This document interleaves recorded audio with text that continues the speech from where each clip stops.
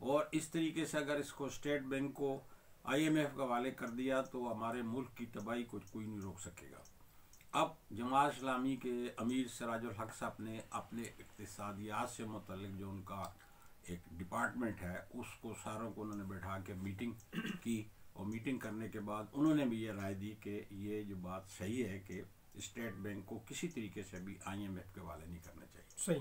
اب سراج الحق صاحب یہ ایسے تو بات مانتے نہیں ہیں۔ سراج الحق صاحب نے جیسے پہلے ہمارے سید منور حسن صاحب نے گو امریکہ گو مہم چلائی تھی، ابھی سراج الحق صاحب نے کہا ہے گو IMF گو IMF گو۔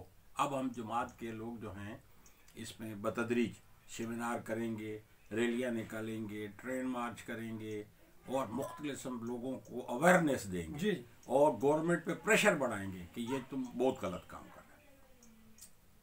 اب اگلا سوال اگر آپ کا کوئی ہے۔ میر صاحب، یہ جماعت اسلامی بہت پرانی جماعت ہے ماشاء اللہ، اور اقتدار حاصل کرنے میں ناکام رہی۔ یہ بات صحیح ہے۔ کیا وجہ؟ وجہ یہ ہے کہ ایک تو پہلے آپ کو بتاؤں کہ اقتدار حاصل بھی کیا ہم نے۔ اچھا، اب دیکھیں آپ 2002 کے اندر میں پریکٹیکل مطلب ہے کہ الیکشن کے اندر شامل تھا، کراچی میں NA 250 ہے اس کی کمپین کا انچارج تھا، عبدالستار اخوانی صاحب ہمارے کینڈیڈیٹ تھے، وہ کھڑے ہوئے تو پورے پاک وہ جیتے، اور ہرایا ہم نے MQM کی نسرین جلیلہ صاحبہ کو۔ تو اس طریقے سے پاکستان کے اندر متحدہ مجلس عمل نے 69 قومی اسمبلی کی سیٹیں جیتی تھیں، اور خیبر پختونخوا میں حکومت بنائی تھی، وہ تو الائنس اور وہ تو الائنس کے تحت ہی آپ نے وہ کیا تھا یہ نا۔ بے شک بلوچستان میں بھی بنائی تھی۔ میں انڈیویجل سطح پر مرکز کی بات کر رہا ہوں، مرکز میں آپ سمجھ رہے ہیں۔ اب دیکھیں نا دوسرے لوگ بھی لڑتے ہیں الیکشن تو ان کی بھی تو اطاعت ہوتی ہے نا، ایک شکل یہ کس طریقے سے۔ دوسری بات یہ ہے کہ جیسے میں نے بتایا کہ ہم خالی ایسے سیاستدانی جیسے عام سیاستدان ہیں کہ لاکھ لگاؤ کروڑ کماؤ، کروڑ لگاؤ تو ارب کماؤ۔ ہمارے ہاں ہمارے چندہ ہم اکٹھا کرتے رہتے ہیں۔ میں جو آپ کے سامنے بیٹھا ہوں 68 سے جماعت اسلامی سے مقرر ہوں، مجھے جہاں تک یاد رہتا ہے اس وقت سے منتھلی جیسے میں 5 وقتہ نماز پڑھتا ہوں، وہ اپنی جماعت کو چندہ دیتا ہوں۔ لوگ کہتے ہیں نا پیسہ کدھر سے آتا ہے، تو اس طریقے سے لاکھوں کارکن جو ہیں جماعت اسلامی کو فنڈ دیتے ہیں۔ ہمارا جو بندہ کھڑا ہوتا ہے وہ اپنے پاس نہیں لگاتا، جماعت اسلامی اس کو الیکشن لڑاتی ہے، خرچے کرتی ہے۔ اگر کوئی لگاتا ہے تو وہ بھی اسے اپنی مرضی سے اگر کوئی لگائے تو، کیونکہ ہم اپنی پالیسیوں پہ اسے اندر اثر انداز نہیں کرتے۔ ایک تو وجہ یہ ہے کہ بہت مہنگا الیکشن ہو گیا ہے، جس وجہ سے ہمارے لوگ جو ہے اتنے اخراجات نہیں کر سکتے تو کامیاب نہیں ہوتے۔ دوسرا جو ہے ہم حکومت الہیہ قائم کرنا چاہتے ہیں۔ ہمارے سامنے جو ہمارے مخالف ہوتے ہیں 99% ان کے پاس وسائل ہیں، وہ پہلے جیتتے ہیں، پھر کسی پارٹی میں جاتے ہیں، وہ پارٹی بحیثیت پارٹی کرپشن کرتی ہے، وہ بحیثیت قومی صوبائی اسمبلی کے ممبر کرپشن کرتے ہیں، اسی پاکستان کا پیسہ کرپشن کر کے اسی الیکشن میں لگاتے ہیں۔ ہمارے یہاں تو یہ چیز نہیں ہے۔ ہمارے منور حسن صاحب نے جو ہمارے سے قبل امیر تھے، انہوں نے ایک دفعہ انٹرویو میں صحافیوں سے کہا تھا کہ بھائی جب سے ہم الیکشن میں حصہ لے رہے ہیں قریباً 1000 بندے ہمارے بلدیہ صوبائی قومی اور سینٹ کے اندر آئے، آج تک ہمارے کسی بندے پہ کرپشن کا الزام نہیں لگا ہے۔ تو ہمارے نہ جیتنے کی وجہ یہ نہیں کہ ہم محنت نہیں کرتے، شاید ہم سب سے زیادہ محنت کرتے ہوں، لیکن جو ہم چاہتے ہیں ہمارے جو مخالف ہے اس کے پاس نہ فوج چاہتی ہے، نہ امریکہ چاہتا ہے، اور نہ یہ بیوروکریٹ چاہتے ہیں، کیونکہ بیوروکریٹس کو سیدھا ہونا پڑے گا، بے ایمانیاں چھوڑنی پڑیں گی۔ اب ہمارے لوگ آپ کے سامنے ہیں، میں جس شخص کا بات کر رہا تھا اخوانی صاحب کا، ان کو جو الاؤنس ملتا تھا، جو ان کا دفتر کا فون کا اور ٹرانسپورٹ کا خرچہ ہوتا تھا، باقی مجھے دیتا تھا، چیک بنا کے جماعت اسلامی کے فنڈ میں ڈال دیتے تھے۔ اس طریقے سے قاضی صاحب لیتے ہی نہیں تھے، ہمارے سارے لوگ اس طریقے سے۔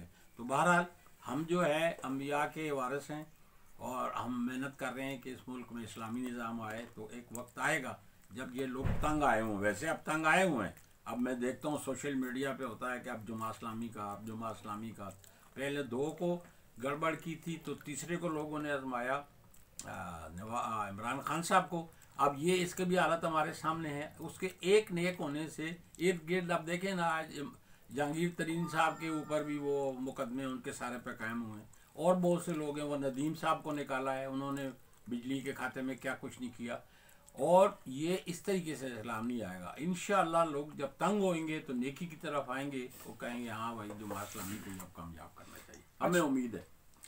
اچھا امیر صاحب, پچھلے دنوں انتخابات ہوئے ہیں سینٹ کے, چیئرمین سینٹ, ڈپٹی چیئرمین. تو پہلے جو انتخابات ہوئے تھے وہ آئی تھنک آپ نے سپورٹ کیا اپوزیشن کو, اور ابھی جو انتخابات ہوئے ہیں ایز اے حزب اختلاف چیئرمین یوسف رضا گرانی کو آپ نے مطلب ووٹ کیا, لیکن امدادیاں آپ کی نون سے تھیں, پی ڈی ایم کے ساتھ اس کے ساتھ تھیں.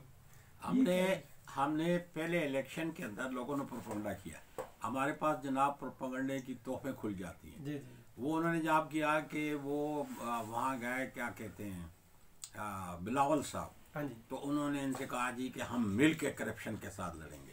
تو ہم نے پھر وہ ویڈیو جاری کی کہ بھائی ہماری ان سے ایسی کوئی بات نہیں ہوئی ہے, یہ ہم سمجھتے ہیں نواز شریف پیپل پارٹی عمران خان کو ایک جیسا سمجھتے ہیں, ہم اپنے طریقے سے کام کرتے ہیں. تو اس وقت ہم نے ووٹ نہیں دیا تھا, ہمارے اکیلے ایک مشتاق صاحب ہیں سینیٹر, تو ووٹ نہیں دیا تھا. اب جو ہم نے دیا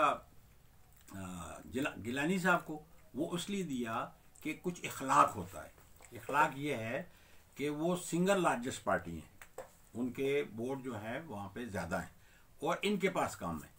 اور ہم نے کہا کہ یہ اس وقت کوئی وہ الیکشن بھی نہیں ہے سائن کر کے لوگ دیتے ہیں. وعدہ تو نون کے ساتھ کیا گیا نہیں, ہم نے دیا ہی نہیں. اچھا, آپ کہیں میں آپ کو ویڈیو بھیج دوں گا, یعنی باقاعدہ ہماری ویڈیو آئی کہ ہم نے ان سے وعدہ نہیں کیا تھا دینے کا. اس وقت کیونکہ ہم بھی سیاست میں ہیں, سینٹ میں ہیں, ہمارا ایک سینیٹر ہے اور اس کے پاس ایبسلیوٹ جو ہے وہ عددی قوت ہے, ہمارے جو ہے گیلانی صاحب کے پاس, تو ہم نے بھی ایک ووٹ دے دیا. اچھا, آخری بات کہ کرپشن کی گردان لگی ہوئی ہے گجرات گورنمنٹ نے, تو کہاں تک کرپشن ختم کرنے میں وہ کامیاب ہوئی ہے؟ بات یہ ہے کہ یہ صاحب کہتے ہیں مدینہ کی اسلامی ریاست کی گردان, میں اپنے کالموں میں لکھ کے تھک گیا ہوں کہ دیکھیے یہ جو لوگ کرپشن کرتے ہیں وہ پھر نشان نہیں چھوڑتے. آپ کے سامنے نواز شریف کا بیان تھا کہ جو کرپشن کرتا ہے نشان نہیں چھوڑتا, آپ اگر میڈیا کو دیکھیں. اور پھر زرداری صاحب کے جو تھے انہوں نے ریکارڈ ہی قائم کر دیا, اور آپ کے نیب کا بیان موجود ہے کہ ہم فوٹو اسٹیٹ پہ مقدمے نہیں چلا سکتے. تو یہ ریکارڈ جو ہے چھوڑتے ہی نہیں ہیں.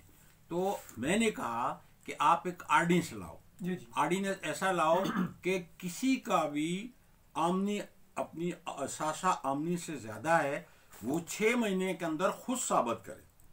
یہ جو ہے باہر جو ہے ثبوت کا اس کے اوپر ڈالو, کیونکہ اس نے خود کیا ہوا ہے.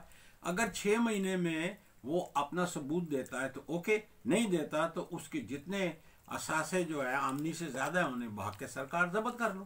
تو یہ انگریزی قانون جو ہے وہ دادا لے پوتا جو فیصلہ سنے گا, اور یہ تاریخوں پہ تاریخیں بکتے ہیں اور جھوٹ سچ کے وہ کرتے رہتے ہیں. اس انگریزی قانون سے ہمیں کوئی نہیں ہے. دوسرا میں ریکویسٹ کرتا رہا کہ قاضی کورس لگاؤ. یہ تو انگریزی قانون جو ہے, ایک مرزا صاحب ہمارے سامنے بیٹھے ہیں وہ گواہی دے دیں کہ میر افسر نے قتل کیا ہے, تو یہ سے لا آف ایویڈنس, قانون شہادت انگریزی قانون جو ہے, اور جج جو اس کے اوپر مجھے پھانسی دے دے گا, جبکہ وہ سب کچھ نہیں ہو, صرف 2 بندوں نے گواہی دی ہے. تو اس کو انہوں نے چینج نہیں کیا. یہ خالی وہ کھانے پینے کی شیلٹر ویلٹر قائم کر کے نمائشی کام کرنے سے تو نظام نہیں. اچھا میر صاحب, مین تھیم کیا تھا؟ آپ نے 3 کتابیں لکھی ہیں, اس میں میرا خیال ہے مشرقی افق ہے, دین اسلام اور ہم, اور جماعت اسلامی کیا چاہتی ہے. تو یہ اس کا مین تھیم کیا تھا, میسج کیا کرنے کی؟ مین تھیم یہ ہے کہ ایک تو میں اپنی جماعت اسلامی کو پروجیکٹ کرتا ہوں اس کے ذریعے, دوسرے میں ایک الحمدللہ مسلمان ہوں, اپنے دین کو پروجیکٹ کرتا ہوں.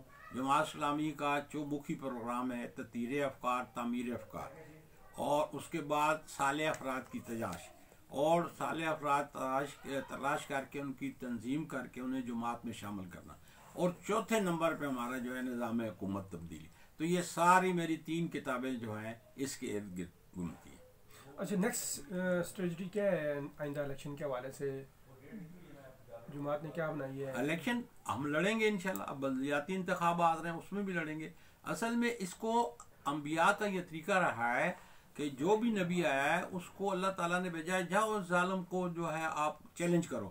ہم ان کو جھوٹوں کو, کرپٹ لوگوں کو اور ملک کو لوٹنے والوں کو چیلنج کرتے ہیں. ایک طرف تم کھڑے ہو, ایک طرف یہ, ہم نے